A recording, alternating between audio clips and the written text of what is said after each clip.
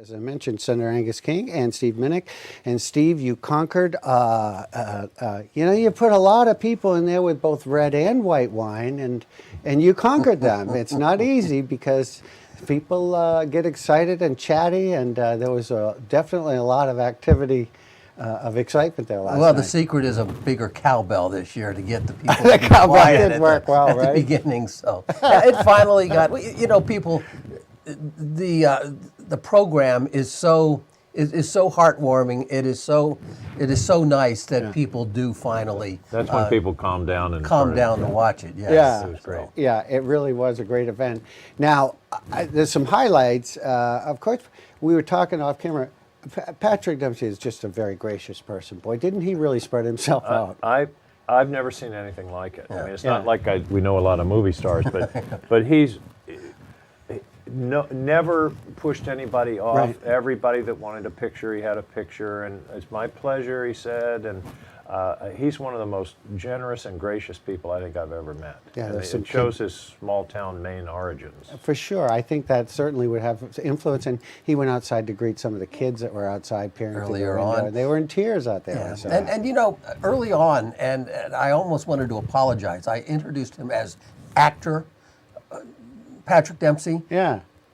The work that he does, and he told me in an interview a couple of years ago that he'd be happy to be remembered for his philanthropic work as much as his acting work. Interesting. What he does around the state, outside of the Dempsey Center and outside of things what we saw, is pretty incredible. I was talking to somebody last night whose family had experience with the Dempsey Center and said it saved their family. Right. I mean, they do such great work, and he's not just putting his name on it. I mean, he's here in the fall He's for walking the the Dempsey walk. Challenge. Oh yeah. He's here a lot more actually than a lot of people realize. Yeah.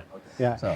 The night TV, and then Roddy, the winning and losing and heartfelt story that he shared last night, Ed, really got a lot of people, including myself. Every single year, it's part of the great program. Yeah. We have somebody who has battled cancer or who is in the midst of battling cancer, and every single year, it is just an incredible story of courage and fortitude to hear. But the other special thing last night was, Roddy, of course, is longtime ski patrol. Yes. So just before he talked, the whole ski patrol, when they came in and circled the room in their red jackets, and it was I have pretty to be powerful. standing by the door. I got a that. video of that. We're going to show some. He didn't know that was happening. He didn't. No, so that's really made it special. Well, you know a little bit about cancer and surviving as well, too. I mean, you could certainly. I've had 3 run-ins. 3, right? In fact, right now, almost exactly this date is the 40th anniversary of when I was diagnosed with malignant melanoma in 1974. Wow. Had surgery, went on from there, and then, 9 years ago, prostate, and then 4 years ago, recurrence and radiation, and here I am. And it's really nice to be able to talk to people. I met a lady last night who's 2 years or 1 year out from breast cancer, and I told her about my mom who lived 36 years after her bout with breast cancer.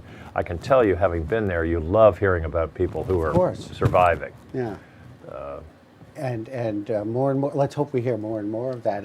We are hearing more and more. As Meredith mentioned last night, hopefully we're going to never find anyone to share these stories. Right.